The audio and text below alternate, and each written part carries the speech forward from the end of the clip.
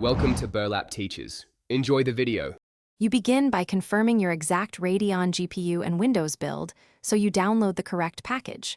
Once that's set, back up anything critical and close all games, overlays, and editing tools to avoid conflicts.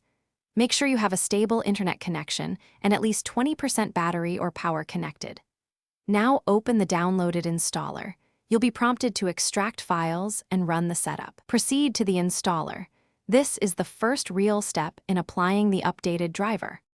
You run the installer as administrator and accept the user account control prompt to allow system-level changes.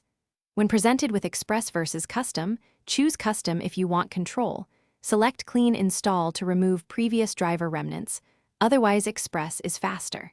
Make sure antivirus is temporarily disabled because it can block driver files. Follow on-screen prompts, watch file extraction progress, and do not interrupt the process. Once the installer finishes copying files and configuring components, you must reboot right after installation so Windows loads the new driver modules. Don't postpone this. After restart, open Radeon software and verify the driver version, and that features like Radeon overlay work.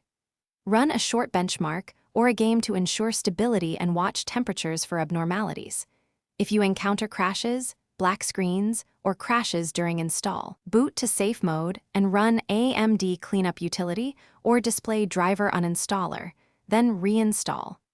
That troubleshooting tip fixes the majority.